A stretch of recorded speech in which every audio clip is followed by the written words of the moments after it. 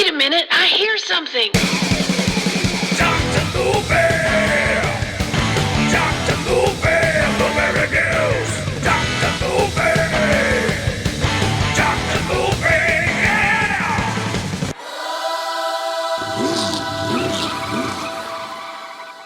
What's going on, everybody? It is Dr. Movie time, coming back to you with another Stone Cold classic. Well, I don't know if it's a Stone Cold classic, but it's a movie in that sweet spot. If you've been listening to this show, you know that I really like kind of the late 70s, early 80s movies, right? Before the big boom of the VHS, for a specific reason, because most movies at this point, unless you were making drive-in double features or whatever, you were making sci-fi and horror flicks that were big budgeted, big studio productions. And there's just something I love about the feel of these, because they feel more like legit movies. And I don't know, you can tell that a lot went into making these flicks. And this one is one that I've never really seen before. I've always heard about it, and finally got to dive in. It is on Tubi, in case you're wondering, if you want to check it out. We are talking about Demon Seed from 1977. That's right. Right there in the sweet spot, right? Sci-fi / horror flick. And let's see who directed this. Donald Cammell. I'm not sure what else he has done. Let's look and see. The Wild Side from 96. White of the Eye. Lucifer Rising. So, a lot of artsy-fartsy movies, I guess is the best way to say it. And let's read the synopsis. Boy, it's a big one, too. Child psychologist Susan Harris lives with her husband, Alan, in a home operated by a computer program. Uh-oh. We know where this is going. When Alan invents Proteus 4, an artificial intelligence system capable of advanced thought. Wow. Alan's obsession with technology strains his relationship with Susan, but Susan sees the true power of her husband's invention when Proteus 4 takes her hostage in her own home and plans to impregnate her in order to take on a human form. Yeah, that's a big sandwich to swallow right there, right? Yeah, I mean, talking about a movie that kind of lays into where we are at currently. Matter of fact, I was just talking to my work partner, and we were talking about the way people are just totally accepting AI now, right? And we were like, if people don't watch The Terminator, does Skynet not mean anything to you? Well, here's a movie that's more in your own home. So this is really hitting, where we are currently at with our security systems for home, Siri being able to do, all this technology is in this movie from 77. So never underestimate the power of science fiction flicks, because just about everything that happens in those, as far-fetched as they seem, eventually starts happening, right? Let's hope some of these things don't happen, but who knows? As crazy as we've gotten, it may be acceptable to have artificial intelligent babies. Who knows? But let's look at our cast. We have the great Julie Christie. Let's see, what can we name here? Don't Look Now obviously comes to mind. Dr. Zhivago, that's kind of a big movie. Heaven Can Wait. She's been in a lot of stuff, right? Fahrenheit 451. So it's Julie Christie, yeah. And she's in all of her 70s fantasticness here. We've got Fritz Weaver, who I always get confused. I wouldn't say confused, but every time I see him, I almost think it's the same guy that was in Reanimator. There's the as the doctor, not Jeffrey Combs, but the doctor that's doing gets his head cut off. They look a lot alike. This guy was in Black Sunday, which I need to talk about Black Sunday sometime. Great movie. Sounds like a horror flick, but it's more about a guy trying to use the Goodyear blimp to blow up a football stadium, during the Super Bowl. Robert Shaw's in it. What else you need to know, right? He was in also Jaws of Satan, Marathon Man. I mean, again, we're getting very legit actors in this. Garrett Graham. Also, I mean, come on, he's Beef from Phantom of the Paradise, right? And here's the thing about Garrett Graham. Pretty much any movie that he's in where he's a scientist, a guy that works a computer, he's gonna get killed. I mean, it's just, I don't know. He fits that stereotype of, you're gonna mess with computers, well, you're gonna die, Garrett Graham. And sadly, that's kind of what happens here too. Even though he puts up a heck of a fight. But yeah, let's get into the story a little bit.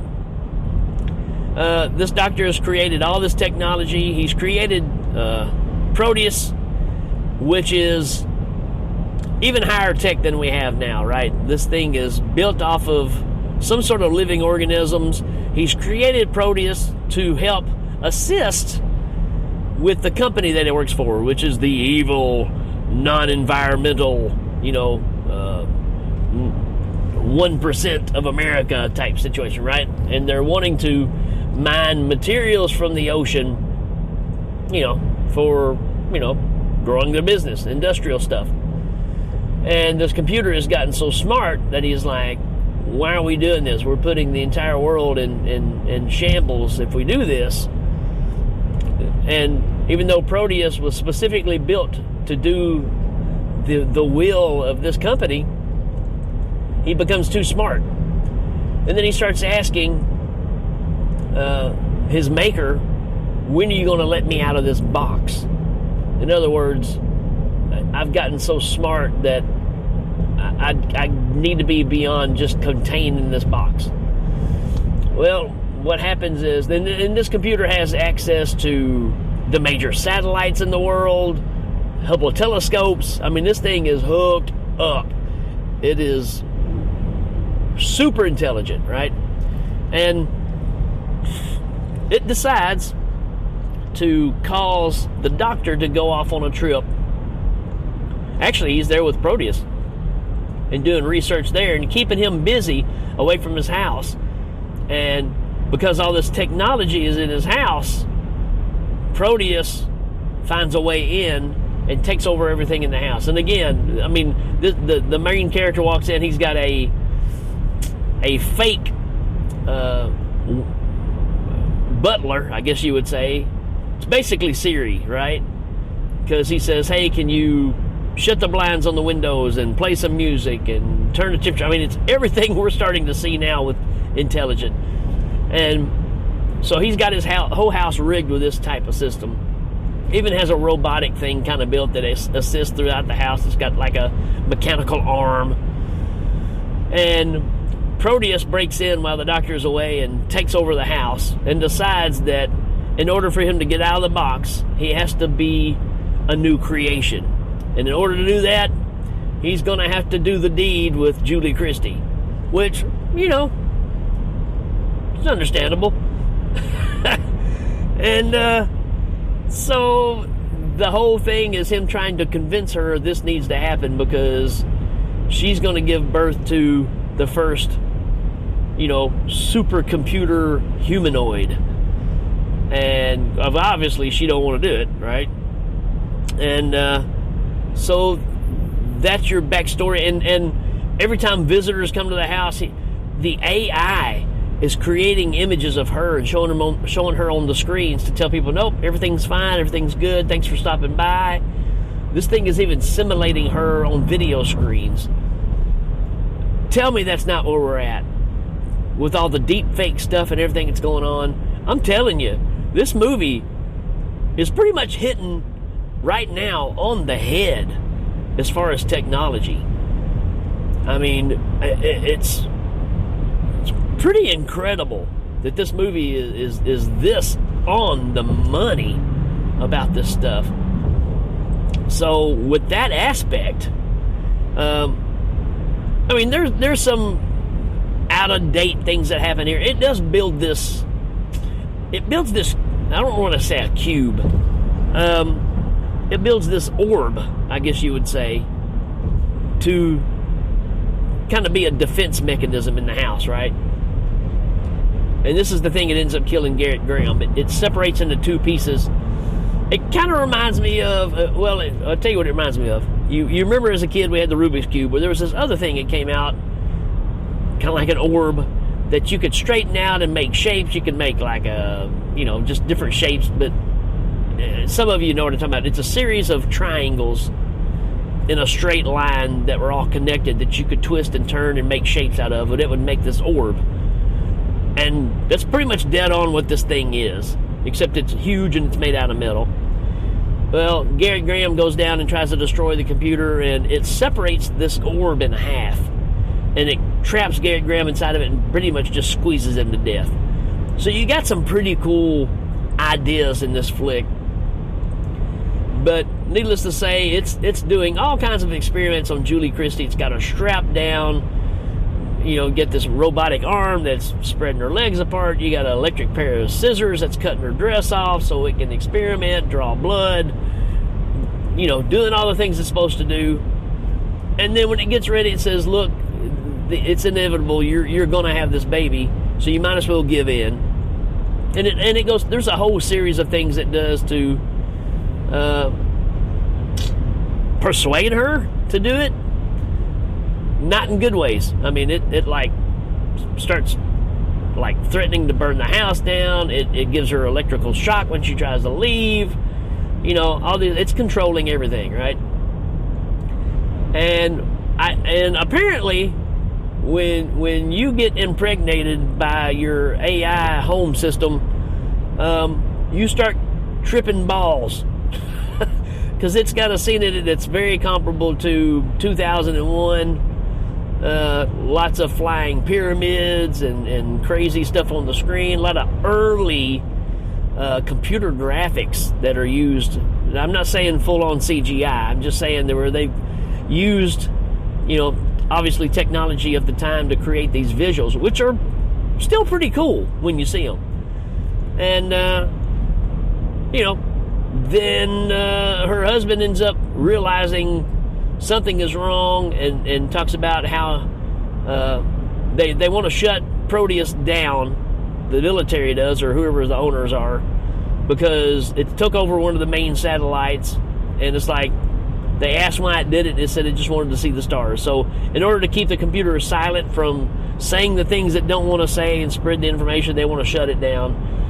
And then he puts two and two together and realizes that the computer had found a passageway through, and then he realizes, my gosh, he probably did that at my house, and that's exactly what he did. So when the doctor shows up, the baby's already born. This thing, it took 28 days from the time of impregnating, and the computer Proteus does not want anybody to get near it for 5 more days while it's incubating and becoming whole. And then from that on, the computer's already admitted that it's going to die. It knew its days were numbered, but this is how it's going to live on. Also, there's a backstory. Julie Christie had a daughter that died of leukemia, and he kind of uses that as a motive too of, I can cure diseases. Your new child with me will be able to do all these great things that no person has ever been able to do before. So you kind of get all that aspect thrown in there too. And the computer ends up getting destroyed, and they open up the incubator, and this metal baby comes out. I mean, clad in metal, right? And it falls on the ground. And she's all about, we got to destroy it. He lied to me. This is not human.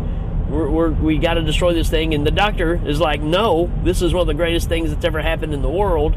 So, he's one of those guys. And she's like, you're out of your mind. We got to get rid of this thing. Well, when the baby falls out and lands on the ground, they notice that some of the armor is loose and they start peeling it away, and there is a child underneath. So when they peel it all away, it is identical to her daughter that passed away. And they're holding the little girl, and she looks up and she says, "I'm alive." But it's in the robot voice from Proteus, and it goes off. So I'm pretty much giving you the whole movie. But, wow. This thing's impressive. I don't know. I was really kind of blown away by this one.